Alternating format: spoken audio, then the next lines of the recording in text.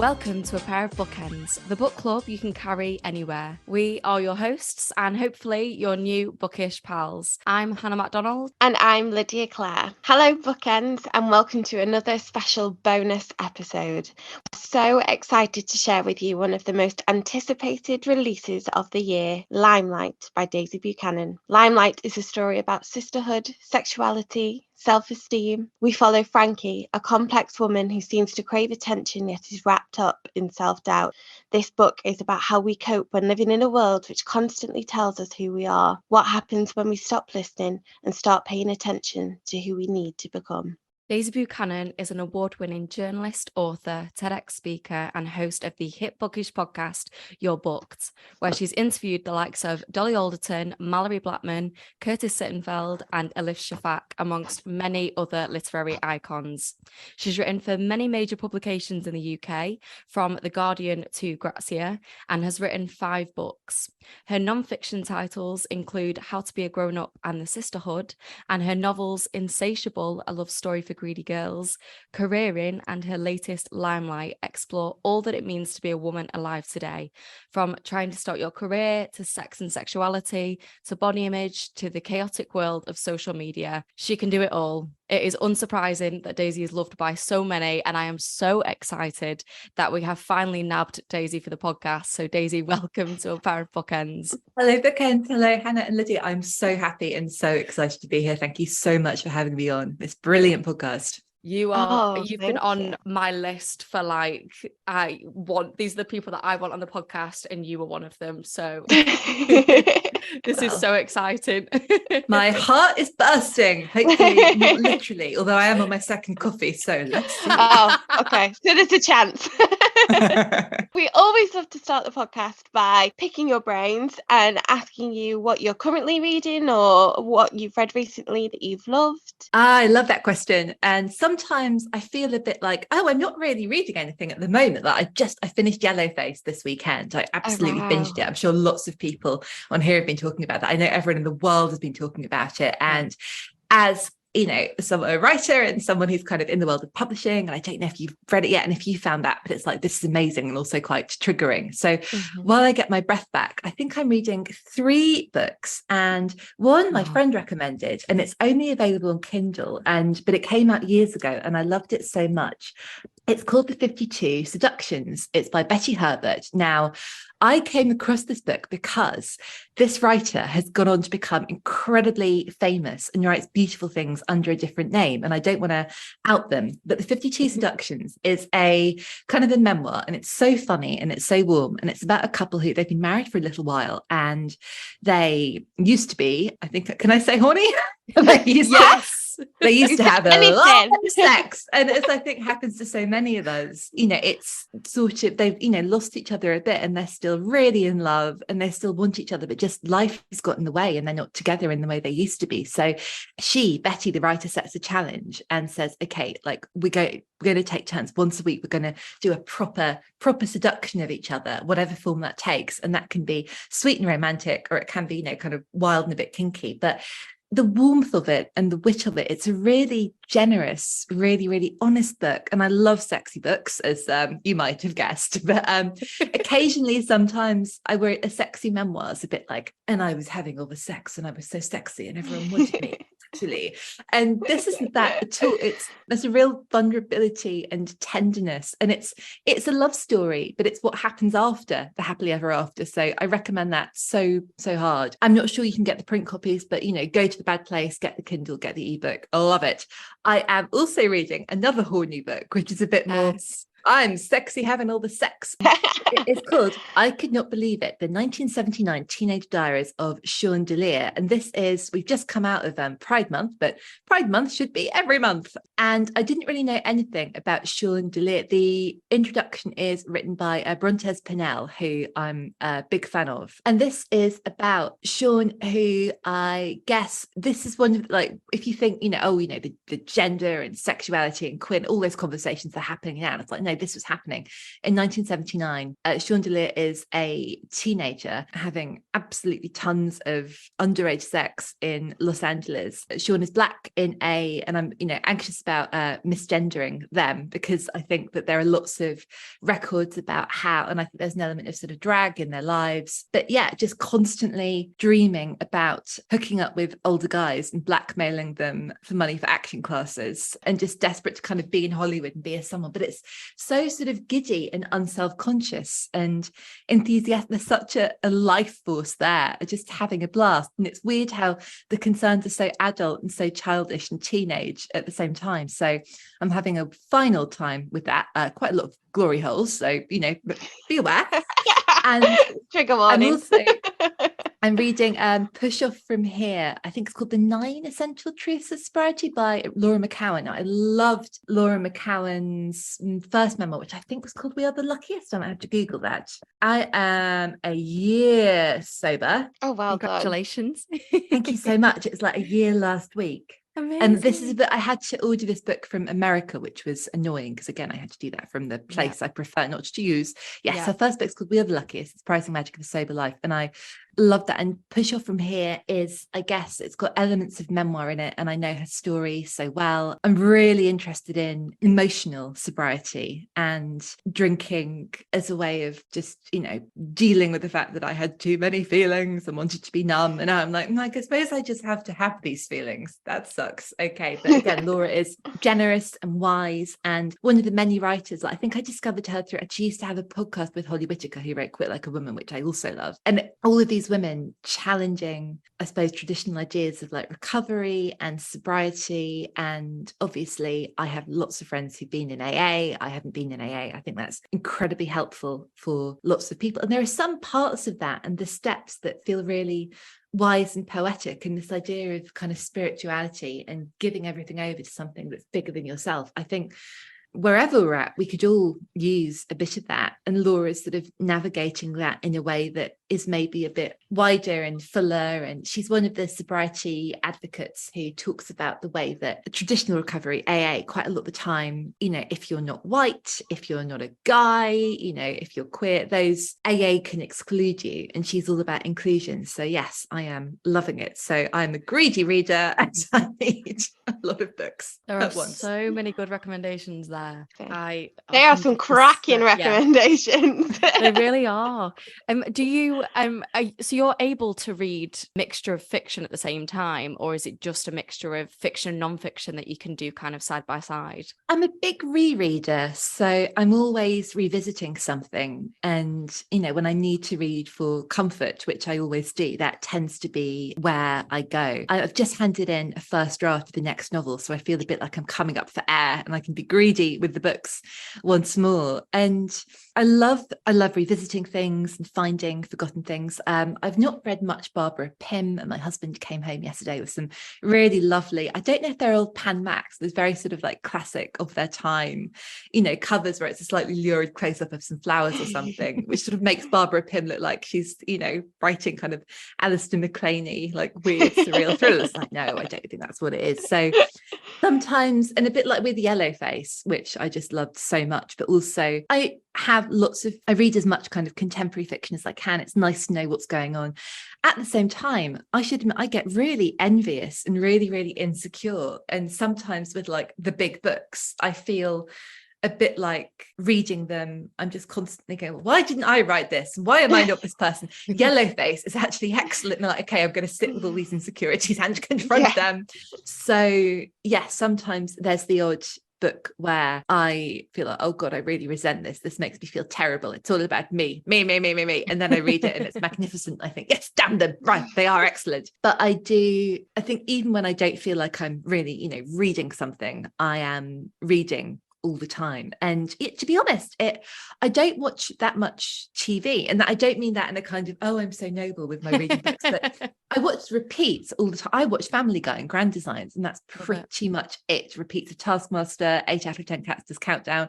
Kind of know those by heart. And like the big box sets, comedy I love, and comedy I always want to watch. But yeah, I think that my reading does mean there's lots of other stuff that I don't do that I'd like to do, that, you know, I don't always feel like I'm in the current cultural conversation. So, but there's just so much, isn't there? You can't do it all. No, and I think you can't. when you work in the bookish world, there's always proofs to stay on top of, and then there's, you know, you want to revisit old books that you've not got to yet. It just feels like there's so much. And I saw this video that somebody had posted yesterday that was like realizing that in your lifetime you're never going to get to read all the books you want to read. And I was like, no. Horror.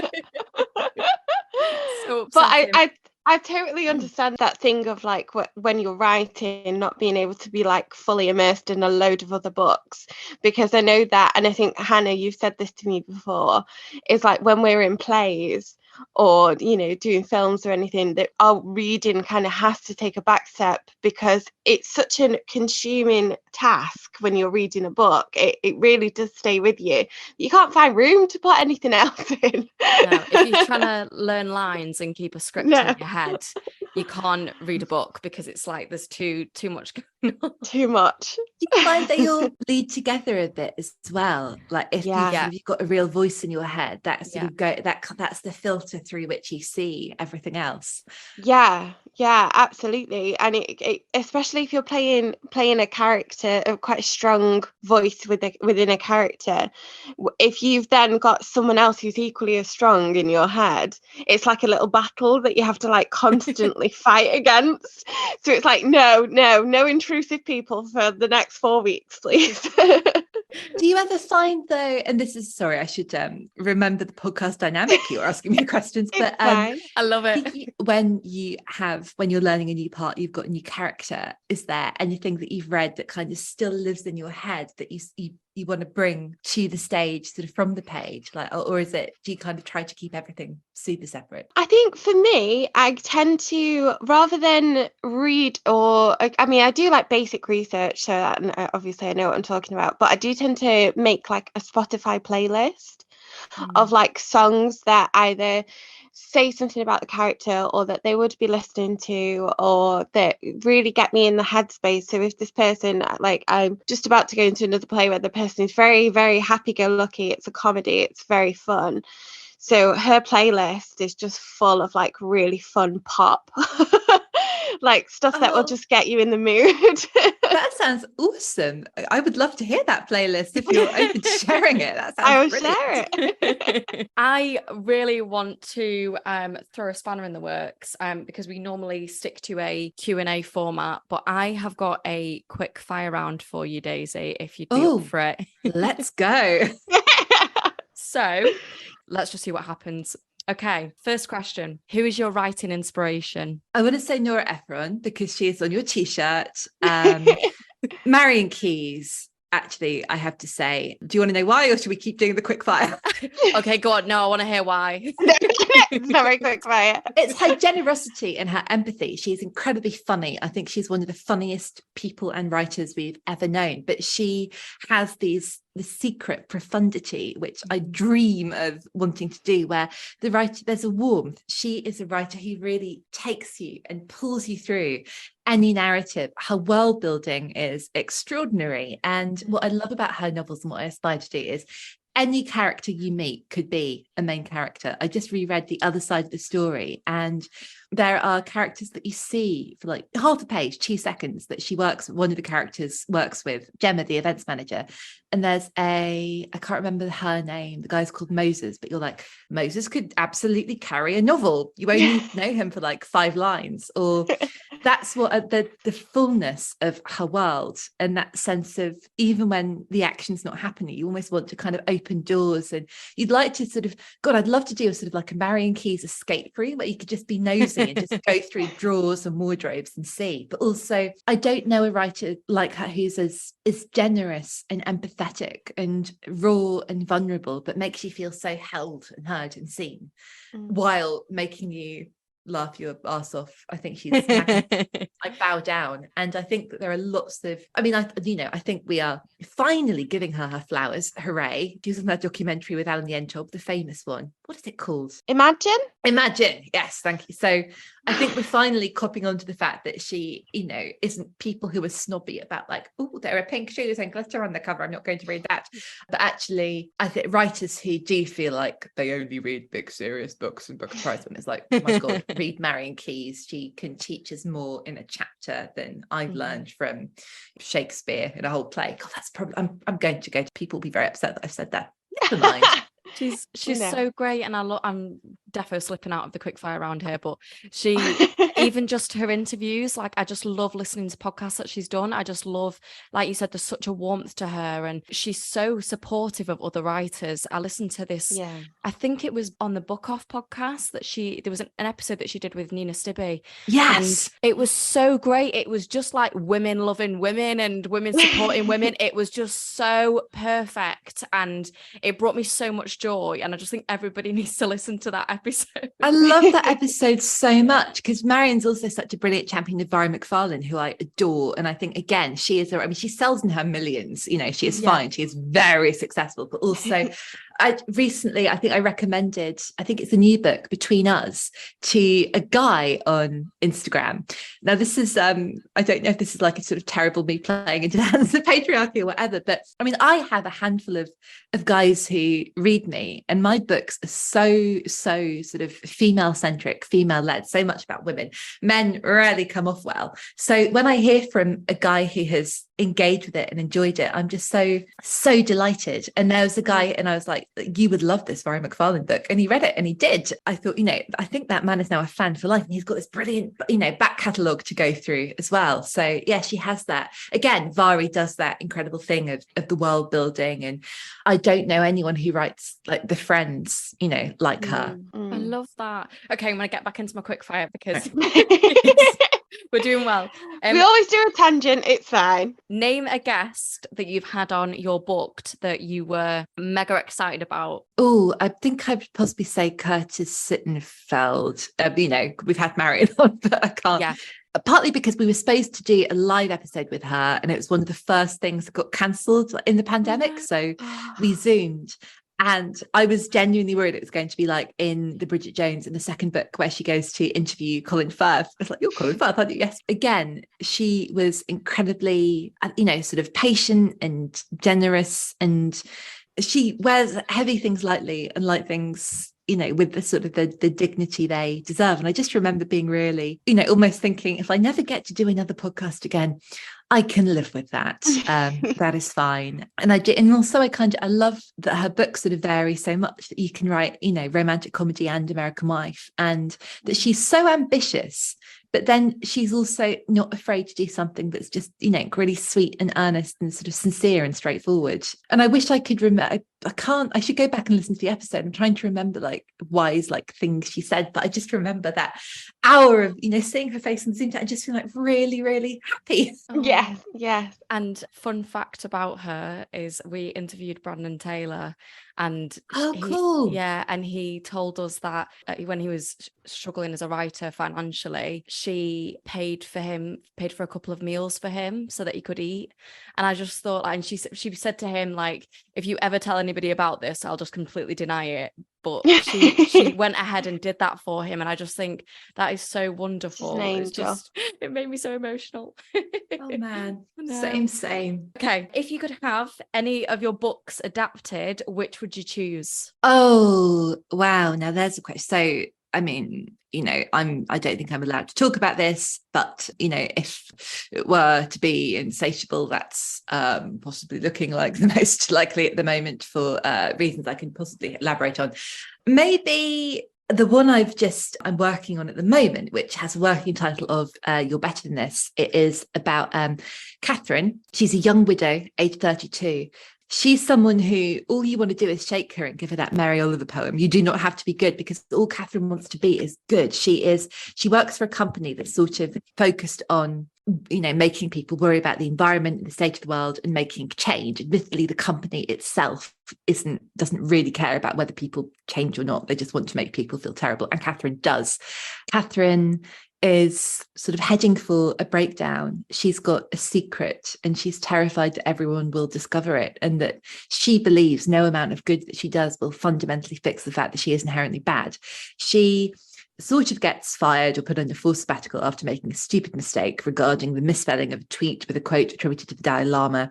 She goes to this very shonky retreat and meets lots of different women who are in various stages of heartbreak or shilling crystals. And she's got to find her way back to herself and forgive herself and move on. And I think that the retreat bit and those women, it was so fun to write. And I sort of got about 60,000 words in, showed it to my agent, and I'd written a retreat I'd like to go to that was really quite sanitized and quite gossy and quite luxe, and everyone was quite sensible and quite kind. And Diana was like, no, this isn't working. So let's make it a big old falling down house run by terrible people. And that's when it got fun. So yeah, that's I think that would be my dream. It's sort of I don't want to say it's my Rachel's holiday, but that inspired me a lot. Cannot so wait. That is so exciting. So yeah, and that would be a fun one to do. Don't forget that when this is adapted, which it will be, I'm sure, I will be casting you guys. two actors here. Yes, I've already, the way I see the casting in my mind's eye, I could probably, like, one of you can be Catherine, the main character. Hannah, you are sort of how I picture Elena, who is Catherine's dorm mate at the retreat. And Elena is in her early 20s and she's really smart and sweet and lovely. She's been having a horrible affair with her much older boss, which has sort of broken her. But also Elena is broke and she keeps taking out payday loans to pay for all of these like Instagram courses by the mysterious Pandora, whose retreat it is, who never shows up. And Elena's just like, if only I had like $1,000, I could pay for the money manifestation course and all my problems be over. And Catherine's like, no, stop this now. This sounds like my dream character. And I am, once the Zoom call's over, I'm going to ring my agent and say, don't worry, the writer Buchanan has got us covered. Okay. Keep 2027 free. Okay. Done. Definitely. The best person you know to turn to for book recs? Ooh, I'm going to say my friend Jo West is cracking. Jo reads everything, high, low. She put me onto a brilliant book called, it's written by she wrote The Oxford Year, which I've not read yet. She's a very famous audiobook narrator, and this writer narrates all of Emily Henry's books. Julia Whelan, she's called. And the book is called Thank You for Listening. And it is a rom-com about romance audio stars. Also, Jo's great because she reads a lots of like kind of everything, kind of romance to fantasy to horror to classics. She is the best read person I know. And she'll be like, look, this looks like fantasy or this looks like a thriller. And I know this isn't necessarily your thing, but trust me on this one, you are going to love this. Also, my friend Sophie Morris is fantastic. I borrowed her copy of Yellowface. We do a lot of book swapping. And she is one of the people, this isn't, I'm like, let's make it all about me and turn it into my thing. But Sophie is a person that I have recommended Barbara Trapido to, and she's taken to Barbara Trapido with alacrity. So I like to think it goes both ways. I have still not read Brother of the More Famous Jack, and I really want to read it. Oh, it's such a delicious treat to have coming in your future. Like, you will get to it when you're ready and it will make you so happy. It sounds so good. Everyone just raves about it, and Meg Mason has talked about it in every interview she's given. So I'm like, okay, I need to read this now. Okay, the horniest book you've ever read? Oh, brilliant question. I love it. I think I remember being quite young and reading, I think it was Polo by Jilly Cooper, which isn't one necessarily that I kind of go back and revisit, but one of the first scenes is Jessie, the kind of spoiled, unhappy wife of, I think she's married to Ricky. This is really bad because I'm supposed to be like someone who knows her Jilly Cooper, but Jessie is kind of a brat, but she married quite young. She doesn't feel very seen in her marriage, and she goes off with Bart, the millionaire, in his helicopter, and I think he spanks her in the helicopter, and then they fly down and like have sex, hiding in some trees. And just because of being quite young and quite like, it's the kind of the first time I'd read anything that explicit, I remember like, oh my goodness me. Let's go. This is great. And I don't think anything I've read since has quite measured up to that. But then the book I mentioned at the beginning, the Seductions, that's a recent Horny book. And that's great because as I hurtle towards my 40s, the tenderness there makes it, deliciously, sweet. And yeah, I think I appreciate it in a way that I might not have done, in my teens or even my 20s. I thought that Luster by Raven Leilani was really horny because it's got that feeling of she, her wanting to objectify herself, and that probably inspired Limelight a bit. I think Luster's magnificent. Again, that was a book that I'm just in awe of. What a brilliant writer she is. So good. And now I'm going to remember lots of horny books. Like, why did I say? Well, I'm just going to throw out that your book Insatiable is one of the horniest that I've ever read. So I am delighted to hear that. Thank you so much. Thank you. Okay, final one in my quick fire round.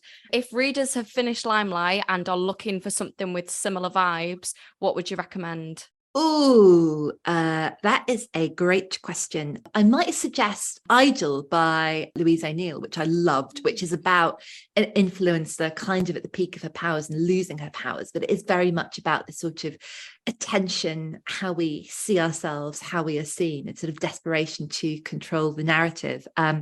And another bit that has that element in, a book I loved that I feel like did phenomenally well in America, but maybe not as much here, that not everyone likes, are The Luckiest Girl Alive by Jessica Knoll, which is, did you read that? I've not read it, no, but it's been adapted, hasn't it, with Oh yeah, and I've not seen the adaptation yet, but it's delicious. And again, I think I I interviewed Jessica Knoll for The Pool like a million years ago, and it was packaged in a very thrillery way, and I might have missed it otherwise, but it's really about it's about a woman who has a very glossy together career. She's working in New York, she's in magazines, she's about to get married to a guy who seems sort of perfect on paper.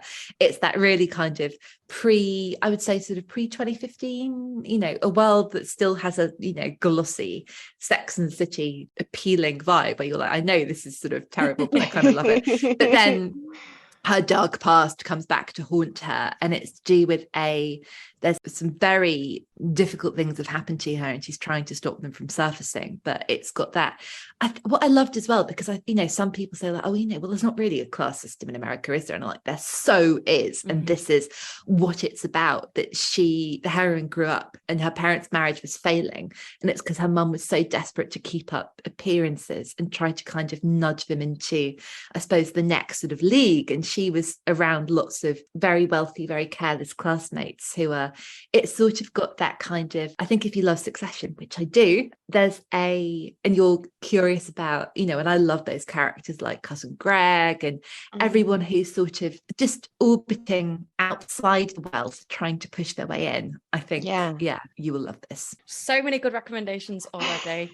And now we can get on to your amazing book, Limelight. Yeah, so I love the book, and I can speak on behalf of both of us to say that we love this. This is a book, and we kind of have a threshold for the books that we really love, which is, have you texted each other about it as you're reading? And that definitely was something that was happening here. I'm so happy to hear that. Thank you. Honestly, it's so good. One thing that really struck me was that the book is really intrinsically about sisterhood in its many forms. You can be sisters not by blood, but Frankie, who's our main character, and Bean, who is her sister, they kind of couldn't appear to be more different and at the face of it, yet they have this kind of love for each other that is so beautiful, that despite their many differences, actually, that love really connects them. Can you tell us about why sisterhood was so important in this book? Thank you. I love that question. So really, I wanted to set things up with the sisters and then drag Frankie straight into this world and have her be a fish out of water, and that she sort of gets thrust into the limelight, has to deal with that. And it's my brilliant editor Darcy Nicholson who kept saying, this is a story about sisters. I want to know what happens to Frankie and Bean. Bring them back. Stay with this core. And I think I was quite frightened about writing that relationship. I've got 5 sisters. I wrote a book called The Sisterhood, a sort of a memoir about, using my relationship with my many sisters to explore that connection and relationship that women have with each other, and the way we want to love each other and see ourselves in each other and bond and lift each other up. But of course, there is so much comparison and envy and jealousy and tension that comes with that, because hello, the patriarchy, it's the world we live in. So I was thinking, how on earth can I write about what it's like to have one sister who is your whole world? And I suppose I was doing a little bit of maybe cosplay, because I'm the big sister. And weirdly, I'm not like Bean. Bean is in some ways quite a lot like my sister Grace, who has 2 children. And Grace is really creative and really talented, but also very pragmatic and very balanced. And when we were growing up, people would refer offhandedly to Grace as, oh, she's the beautiful one, isn't she? She's the pretty one. And, I didn't like this when I was a kid. And I think it's just so fascinating to have these women. And I'm so lucky to have these women in my life who understand me in a way that no one else can. I don't have to explain myself to my sisters, because we were all raised the same way. I think all families are secretly weird. And to have people that understand that level of weirdness is a privilege. People you've not got to kind of explain your context for, but at the same time to be like, but how can we be the same and yet so different? And Frankie and Bean have grown up with quite a complicated, I suppose, original set of stimulus. Their father died and they're very little. They don't really remember it. Their mother, Alison, is this wannabe stage mom who is always trying to thrust her daughters into being the center of attention. Alison is also desperate to kind of be seen herself and sort of perform a sexuality and femininity in the way that feels old-fashioned at best and quite camp. I think Alison is quite camp and quite performative. And this intensity has forced Frankie and Bean in 2 opposite directions, that Bean is sort of unequivocally like, no limelight, no attention, I hate it. Bean is, and I think the conclusion that Frankie's drawn is, Bean is so beautiful and so solid in that she doesn't need any proof. Bean doesn't need the attention. Frankie feels as though if only I could have what Bean has, which is beauty, I wouldn't feel so insecure and so wobbling and so threatened and anxious all the time.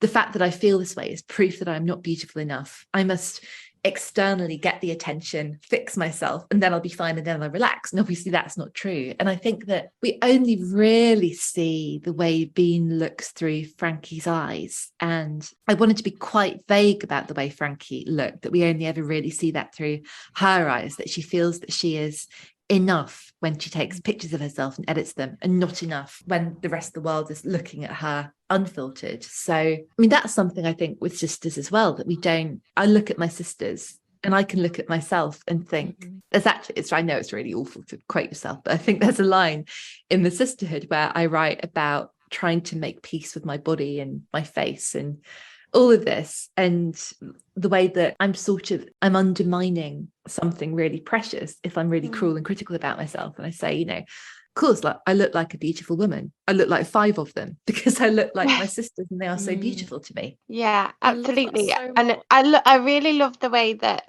because there is a moment where you sort of begin to see how Bean sees Frankie and how different that image is to the way that Frankie sees herself. Like, it's such a beautiful moment, and you think, oh, actually, she's so consumed with her own image that she doesn't realize that people see her through a completely different lens. It's so true. And what I wanted to write about, and this is complicated, like, I am aware, like me, I am phenomenally, embarrassingly self-absorbed, and as soon as I start looking out and thinking of other people and how they're doing, I feel a lot better. And it's not, and I think we still think, oh, if someone's self-absorbed, they are going around thinking they're great. It's like, no, thinking about people are looking at me all the time and thinking bad things, and it's still, and it's like, no, they're not thinking of me at all. And I suppose Frankie is learning that. And I do think it's something for those of us who are raised and socialized as women. We do grow up thinking our function is ornamental, that we're meant to be looked at. And if we're not being looked at, we're doing something wrong, but we're probably not being looked at because that's the human experience. It's quite a complicated thing to hold. And I suppose I'm really hoping people come away feeling that it is completely normal and understandable to be a bit self-obsessed and a bit preoccupied with how we are seen, especially now. My goodness. And I know it's such a cliche to say, oh, social media, but yeah, I don't think we have begun to understand what that has done to our psyches, that extra level of performance and showing ourselves and projecting an image of ourselves. But also we will feel, I think, so much calmer and happier if we can begin to let that go. And I think that letting go is the work of a lifetime, but it's never too late to start. Oh, 100%. And I'm also the oldest sister, and I'm the oldest of 4. And oh wow, I just loved the way that you wrote about their dynamic. And I do have a little quote because it was one of my favorite bits in the book, and if you'll allow me to read it so our listeners can honoured to have it read by a pro. So this is just a really small quote that I found when Frankie is at Bean's house. As Bean peels off her layers, I make my own way into the kitchen, straight to the fridge where the wine is. By the time she enters, I've filled 2 huge glasses and I'm sitting serene at Bean's kitchen island, my favourite place on earth, exactly where any lost soul would want to wash up. And I don't really cry at books, but that gave me a lump in my throat, because I was like, of course, like your sister's home, like the relationship is so precious that your favourite place is just sat at the kitchen table with her. And I just thought that was just the most beautiful way to capture it. And it's all the little things in your sister relationship. It's it's not necessarily all of the big things, and I think that's why I loved that bit so much. Oh, thank you. I'm so happy that reached you. And I think that when I'm with all my sisters, and my mum and dad moved in lockdown from the home where we all grew up, I guess. They moved there when I was 10, and I think they'd been there for 25 years when they left. I completely understand why, they're near everyone, they're in their 60s, they want to kind of, build a community and, find a new place to be. But, they're sort of, that there are various reasons Dorset, wasn't necessarily the best place for that they wanted to be a bit near everyone. They were also supposed to buy a house that wasn't, enormous and falling down. It was much easier to look after, but they didn't do that, so they bought another project.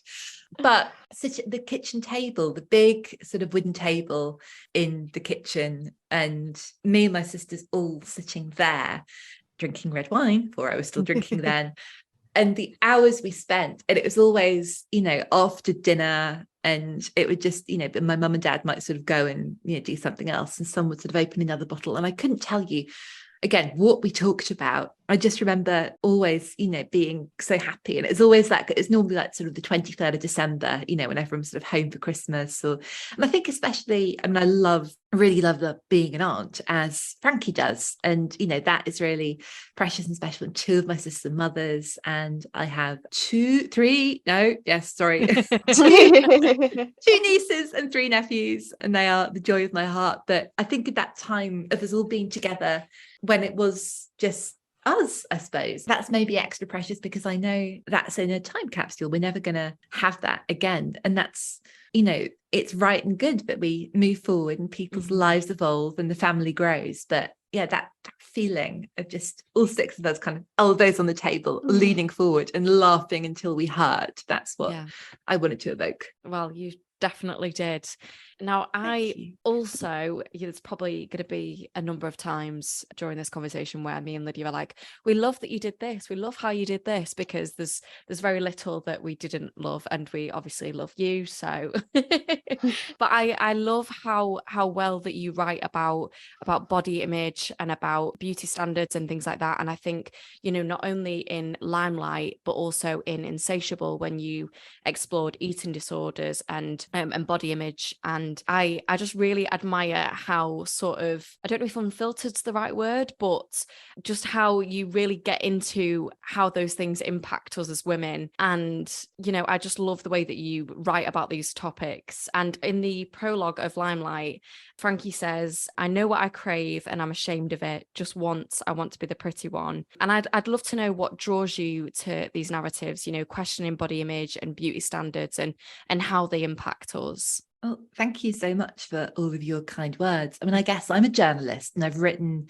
sort of, memoirs and quite personal books. And in journalism and that kind of writing, there's always a bit of pressure to tidy everything up. You've got 800 words, you've got 1,500 words. You can't then be like, and I feel terrible, and this is a big old mess, and I can't resolve a thing. You've got to be like, and then I learned to just love myself, and everything was fine. And I get that. I do. I know, and I don't want to kind of leave any reader, just feeling sort of like broken and confused. But I think I can be more honest in fiction. The scenarios I invent are pure fantasy, but the emotions I want to bring to the page are always really real. And I love that, getting the chance to kind of explore that rawness and that vulnerability, and just being a woman in the world who, I've always felt, I suppose, kind of out of step with everyone. And I'm right at the beginning of exploring, I suppose, my own neurodivergence. And,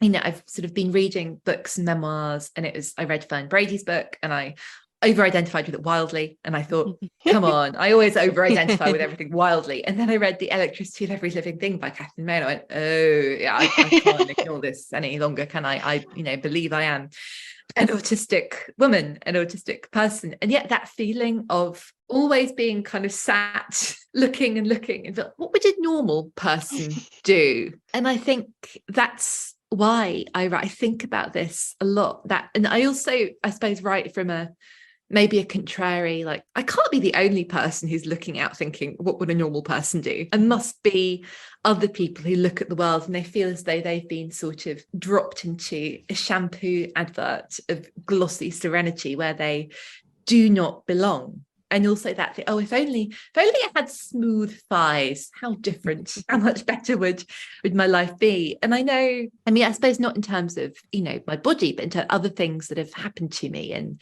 definitely in writing, there are things that have happened where before they've happened, I thought, if only I could get this, if only I could achieve X or Y, I'd never be unhappy again. I'd just be completely grateful and completely fulfilled, and I'd be done. I'm like, nope, that's not true. So, and I think it's a way I'm really interested in, I suppose, the way that's used to kind of to keep us down. I think it's really useful to lots of people when we're using our brain power worrying about the smoothness of our thighs. So I hope it's quietly radical in some ways. And I hope it's really, really comforting. I write for selfish reasons. I want to prove that I'm not alone. I want to make sense of the mess in my head. But if anyone connects with that and relates to that and feels a bit more seen, then, I've done my job and I'm delighted. Well, you've got two readers here that felt seen and really connected with what you'd written. I know that I can speak on behalf of both of us that we've both definitely struggled over the years with body image and with the unrealistic beauty standards that we see everywhere. My goodness, I think in, your work and your world, an actor, I can only imagine, I think all the time, I don't know if you've had this about, and, correct me because I might be wrong, I'm just sort of looking at it from the outside in, but going to an audition and seeing all of these versions of you. Mm-hmm. Yeah. You 100%. You literally, and you see the same people as well. And when you walk in and there's literally like just slight variations of you, it's very, very odd. But then you don't look at the similarities, you do tend to look at the differences of, oh, she's taller, or she's thinner, or she's got a nice bum, and a nice bum. And and it's difficult. I'm asking for a me. How do you manage that? Because I can't, like, how do you stop yourself comparing yourself? Because like you can't, can you? There's gotta be some of that. Is there anything that you've worked out? Is it like a tool to keep that manageable, or does it kind of come and go depending on how secure or knackered you're feeling? I honestly think that I have just grown used to it. So it's something that I can kind of like push away now in my mind, that like, you push that voice away that's telling you that you're not good enough and here's why. And I just try because obviously they say comparison is the thief of joy and all that kind of stuff, and that's all very well and good saying it, but it is, you know, it's not easy, but you do have to just try not to compare. And, you know, I really like listening to interviews with actors that have made it big and hearing about their experiences with bad auditions and things like that, because I'm like, well, if somebody, you know, wasn't so keen on Jodie Comer when she first came about, then come on, like.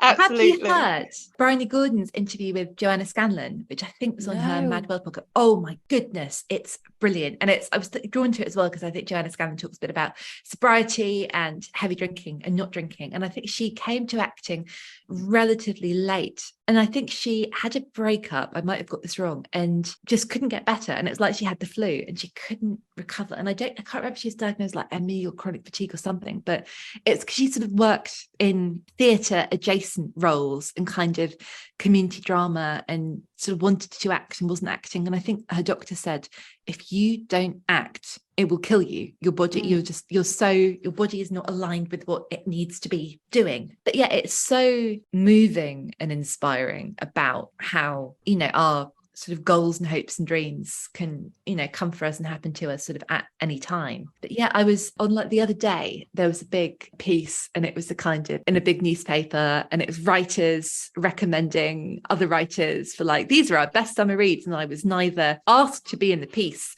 or none of my books were recommended. And I got so far down and I was scrolling and feeling really, really, really, really miserable and failed. And then a voice in my head said, this is an act of digital self-harm. And I closed the window and I put my phone down. I thought, I'm learning. I'm getting there. Yeah. Yes, and well done, because the closing of the phone or the laptop or whatever, that is the hardest thing to do, because I mean, I am like a criminal for it, where I will say, oh, you know, I won't look at a review, I won't do this, I won't do that, and then the review comes and I immediately open it and I immediately read it, because I am similar to you, quite self-obsessed. I'm an actor, I love the attention, so I'm like, I have to read. And then if there's anything that maybe I'm not mentioned or something's not written like the way I would like it to be, I'm like crushed. And then it's only as I've got older and kind of more experience that I've kind of gone, I don't need to read it immediately, so someone can just tell me if it's good. I'm sure someone will tell me if it's a good one, but I'm not going to do it. And I still get the urge all of the time to look, but I think that sometimes the hardest thing is just saying, I'm not going to put myself in that position. It's really difficult, isn't it? Because I think that urge, and I'm really interested in, you know, how we manage our urges, and that's what I've been trying to learn sort of over the last. I've got to say, quitting drinking is the easiest thing I've ever done compared with quitting social media or quitting my complicated relationship with it. They're like, how is one thing, you know, I mean, it's hard, of course, it's really hard, and you know, every day is a blessing and a bonus, every sober day, but compared with, you know, Instagram and how that makes me feel, blimey. But yeah, knowing, because I think I'm the same, and I still remember when Insatiable came out, it might have been before, like the week before, and there was a really nice review in The Independent, but a lovely publicist, Millie, sent it over on an email. And I don't know I can't remember if I read it or not. It was like beginning of 2021. It was really icy and snowy. And I just remember feeling sick with adrenaline for an hour and going outside for a walk with my husband, sliding and slipping and trying to, like, focusing on not falling over. But just that awful. It was a bit like, I kept thinking about the bit in Pulp Fiction where Uma Thurman gets the adrenaline shot in the heart and really, like, not in my body and trying to get in my body and blah. And then there was another one, there was a bad review of Careering in the Times, and I became aware, and it was the week before it came out, and I only became aware of it because my friend Kat, I think, put it on Instagram, maybe not realizing it's a bad review, and say, like, wow, you know, this is a big review in the Times. And then she said something about, you know, the reviewer, and I was like, oh, this isn't going to be good, is it? And I felt that awful, like, oh, and I just, you know what, I can't go back and rewrite the book. I've had plenty of constructive, useful feedback and criticism from my editor, from my agent, from all the people who are in a position to help. All that will happen if I read this review is I will wake up at 4 a.m. and think, what was I not supposed to think about when I woke? Oh, yes. And I'll replay lines of it. I'm like, I do not need that in my head. This is like junk food that will make me sick forever, that I will never be able to digest and expel. Let's believe it be. Yeah, absolutely. And it's such a hard thing to teach yourself, and it's not something that I think we can get perfect. I think it is like sobriety. It's just one day at a time, and just checking that, actually today I'm not gonna read that review, or I'm not going to do that. I might tomorrow, but I'm not today, and just sticking with it in the moment. I have to talk to you about sex. Excellent. Because we can't talk about this book, we can't talk about Limelight without talking about sexuality and the discoveries that Frankie makes about her own sexuality and sensuality were so interesting. There's such a kind of skewed version of how women should understand their own sexuality and be aware of their bodies and all of this stuff, especially in social media. But this book flips all of that on its head. It kind of takes these stereotypes of what women should be, what we should think about ourselves, what we want to do, what we like, what we don't like, and kind of goes, no, here's some other options, which is fantastic. What did you want the readers to take away from Frankie's own experiences with their sexuality, sensuality? That is a great question. Thank you. I suppose something that feels quite, I've been, thinking about for a while, is that there is lots of really like joyous, sort of celebratory, inclusive kind of sex positive discourse, sort of about like connection and realness and intimacy.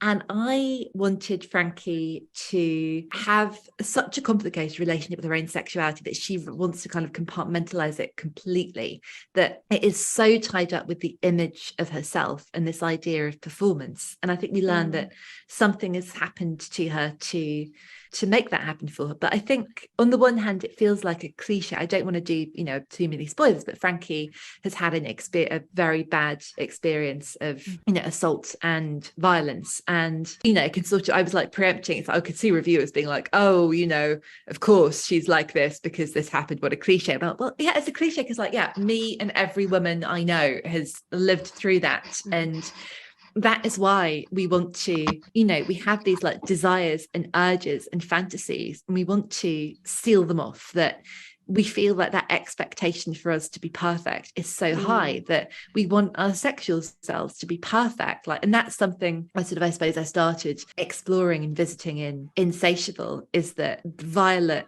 feels so aware of her own kind of imperfection, and she needs lots of like positive reinforcement. And I've heard a few women say that. I think it comes up in the 52 Seductions book, and I kind of feel this way too. It's like I think my fetish might be like positive feedback, like actually all I really want is for someone to sort of like tell sort of beautiful and perfect, and they can't live without me. And I think it's really, really rare for women to get that, and we all feel like we don't deserve it, and we see so many impossible examples of perfection, and that's what we need, just the permission to be like, look, you're allowed to be here, and we approve of you, and you can get out of your own head and kind of into your body. That Frankie's only able to find that through lenses and screens and filters, that she is able to kind of, it's like by being online, she's kind of built a foundation. She's got a smooth surface to build her sexuality on, when underneath there's so much damage, and it's all kind of, mud and broken bricks, which I think is the way a lot of women feel. It's certainly how I feel. I was sexually abused by a neighbor when I was 5 years old, and I've never had a healthy jumping off point. But then and I think that comes back to that sort of this idea of we feel sort of self-obsessed and alone in our flaws, and it's horrifying how common that is, that we're all, I think, women, one way or another, we are hopefully not, but possibly by people, but sometimes by society at large, we're groomed and abused and tripped into and sort of tipped into something before we're ready, and we're all just trying to kind of like pour cement over that and get what's it called, the thing that looks like an iron. Yeah, or maybe an iron.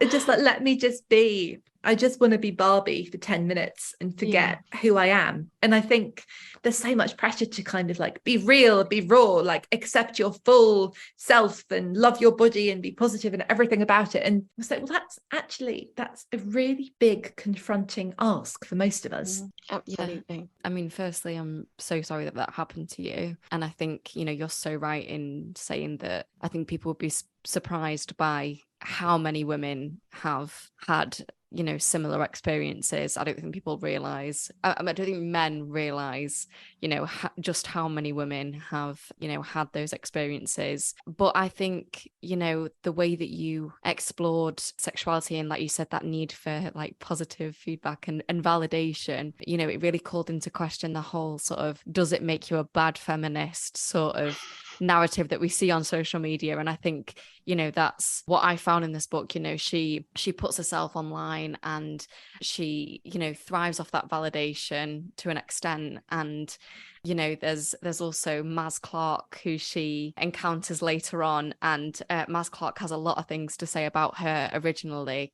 I'm trying to be really careful of giving out any spoilers, so please tell me if I am, but originally, Maz Clark has a lot of not so great things to say about what she's done. And I just think, it's so interesting, this sort of ongoing discussion online and debate about women's bodies and about the way that we choose to present ourselves online, and whether that makes us a good or bad feminist. It's all basically a load of bullshit, really, isn't it? It really is. I think as well, some of my favorite moments, and it happens a few times in the book, and this isn't a spoiler, but when people meet Frankie, they tend to say, "Oh, you're nothing like your photos." Oh, honestly, every time someone said that to her, it was like a kick in my stomach. I felt so sick. I was like, oh, of course you're not like your photos. She didn't walk around with a filter on her face, carefully posed. She's a real human being, a real woman with, real flaws. But, the audacity of some people to say such things. Yeah.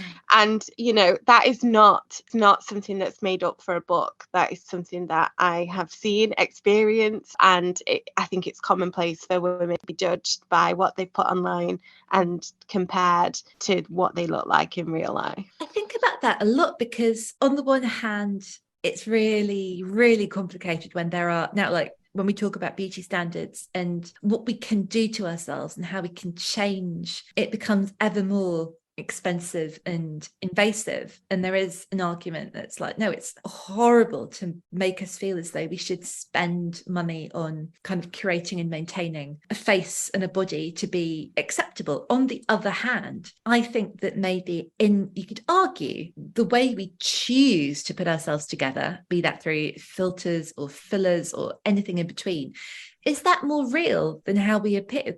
When we've got autonomy, that, in cultures where there is, sort of rampant misogyny and women have no rights, no freedom, women are told to cover themselves, women are forbidden from, buying makeup. Is online Frankie the real Frankie more than the Frankie who walks around is? Because, online Frankie has more choices. And this is a complicated area for me to stray into. But when I think about the conversations we're having at the moment around sort of, gender and sexuality and like trans rights, and like, how is that a debate? No, human rights for human people, for all of us, for everyone, let's include everyone. But also I think all the time, who in the world cannot empathize with that situation of your insides and your outsides not matching? Who doesn't feel as though the person they are isn't outwardly visible? And, there are so many versions and variations of that. And I have, nothing but, I don't know, love and sort of, when I think about, my trans friends and the vulnerability and the frustration and, that they hopefully in some ways it's easier to kind of to come out and be you and build the person that you really, really are, then, I think we must encourage that and hold space for it and, have it be a wonderful thing.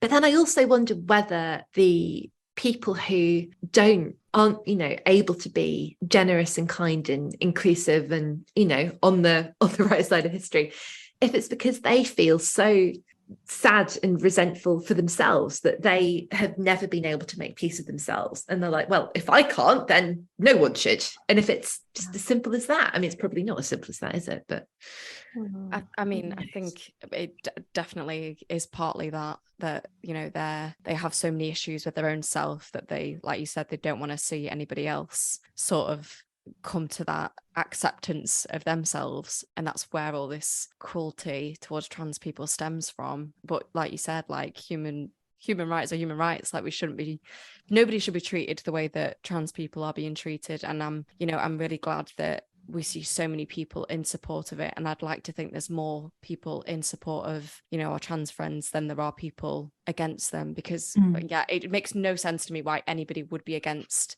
you know, somebody finding their true self. It is just a really frustrating conversation. Like, it shouldn't be a debate, but it is, you know. Now, while we're on the topic of bodies, I really wanted to talk about the narrative in the book about, and I don't want to give spoilers, so I'm not going to let you mention who it is, but there is a cancer storyline in the book. And, you know, you explore sort of this experience of dealing with a loved one having cancer in such a moving way. And I was reading your book at the time that my nana was having treatment for breast cancer, so I found actually a great deal of comfort in reading you know, Frankie's thoughts and experiences as she went along. I think she says at one point, someone needs to correct this administrative error, and I was just like, yes, like, it's just so hard to comprehend that, you know, the worst possible thing has happened to somebody you love. And I wondered, you know, why did you feel it was important for Frankie to sort of move through this experience? And did you feel that it sort of changed her own perspective on her own body through seeing somebody she loved go through cancer?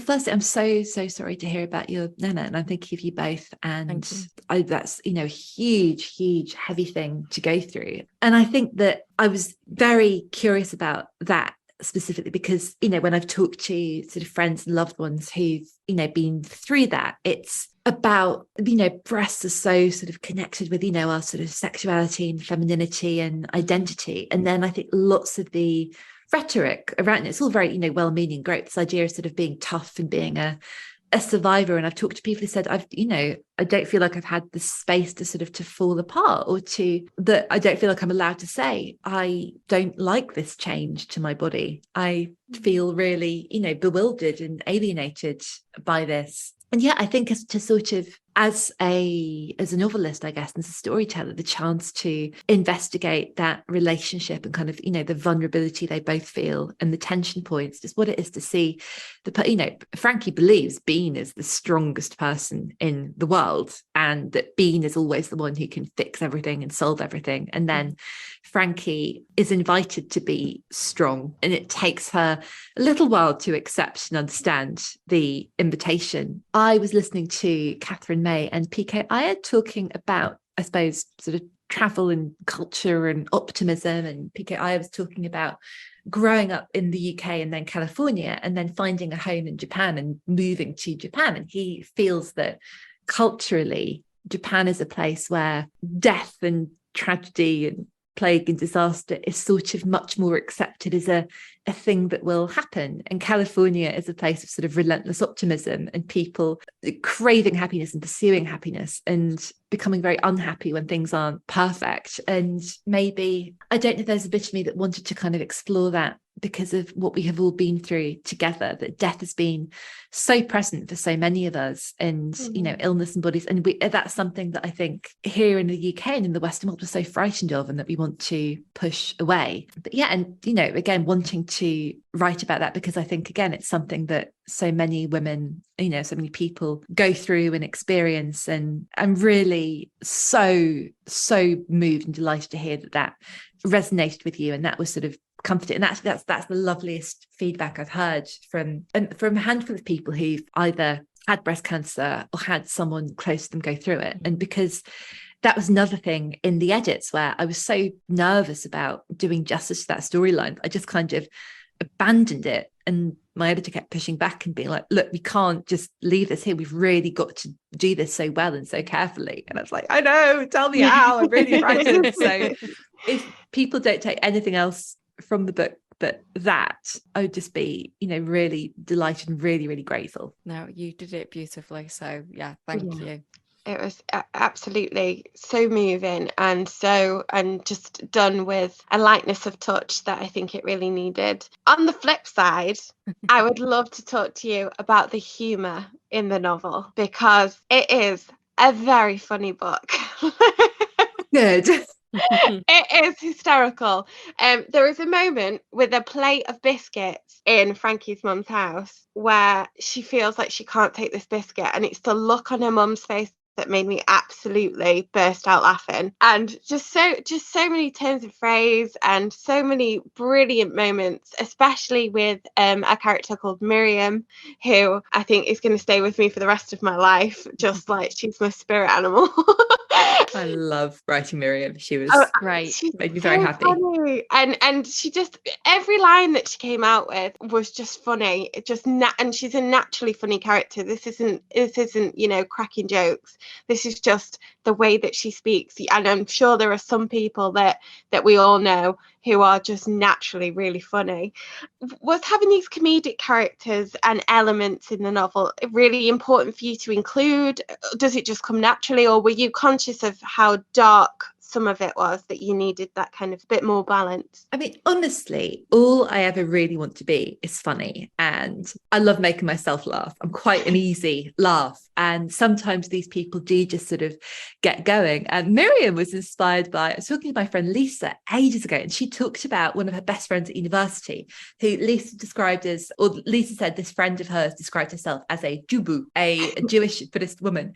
And Lisa, and I didn't put this in the book because I think this person was like younger than Miriam, but said that her friend would kind of dress in this, like big collars and quite, I suppose, like orthodox clothes, but almost like a sexy version. So it'd be like, big sort of pilgrim collar but quite short, or sort of like serious sort of soul thing but cropped. And this idea of those two cultures coming together in a character, and I mean, I think Miriam is sort of like a dream imaginary friend for me. She's just so warm and open-minded and forgiving, and for Frankie to have a foil who is just like, yeah, the universe will take care of it.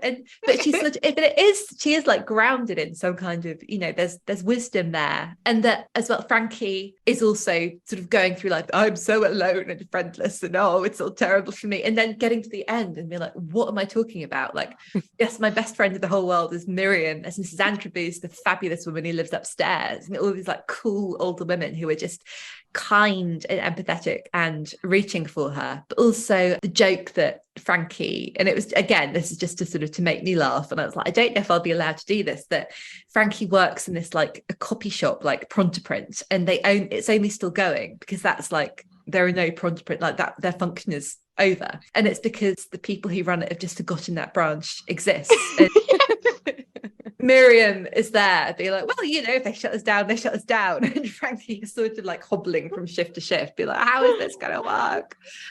Because also all my favorite 90s slacker movies, like people work in a print shop, and there's a really, I think is it called The Watermelon Woman? I'm just going to have a quick Google. Yes, a 1996 film called The Watermelon Woman, which I love, which is landmark in queer cinema, written, edited and directed by Cheryl Dunye, and she is investigating racist tropes in cinema, and like the mammy character. I think The Watermelon Woman is probably on Mubi. If it's not, it will be on Mubi again if it hasn't been already. But it's really funny and really great, but it's got that lovely, like a bit of a Reality Bites vibe where they're all working in, I think, oh god, actually now I've said that, they might be working in a video shop, not a copy shop, but that sort of the vibe, similar vibe.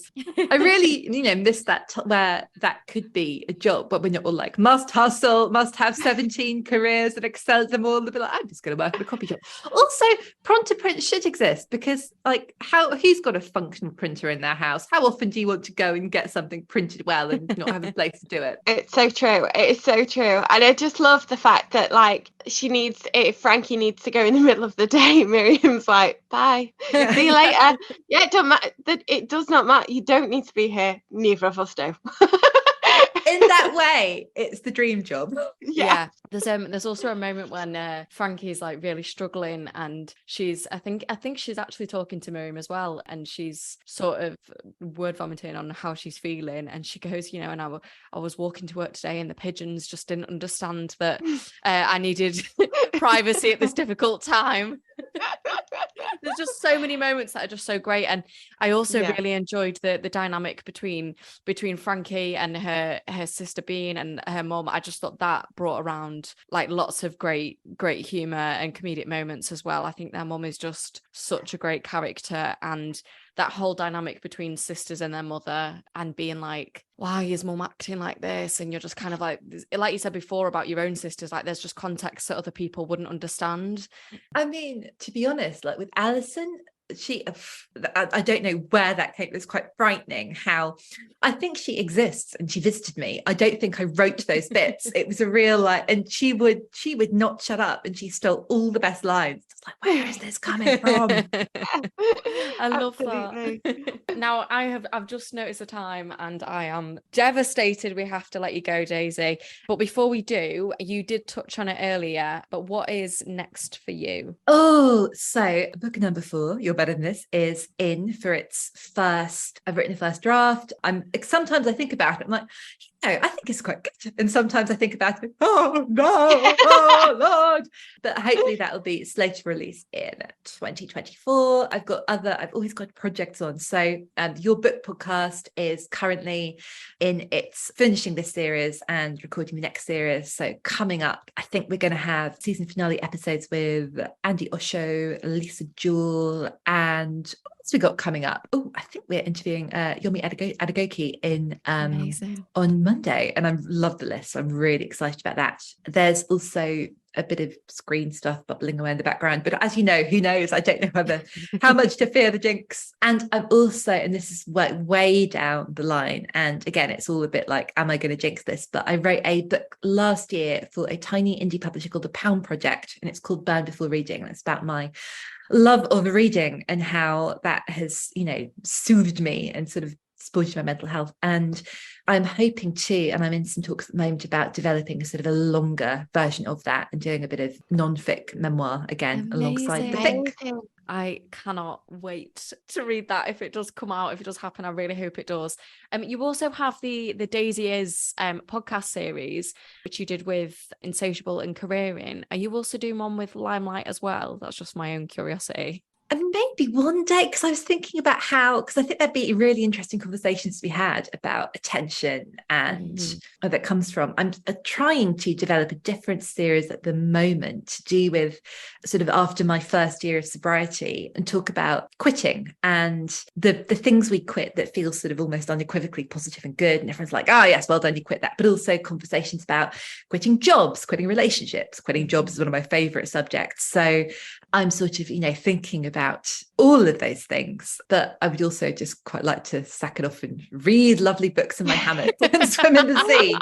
Feeling quite lazy, my summer lazy girl vibe. Yeah, it always comes about at this time of year. You're ready for your summer holidays as though you're still in school.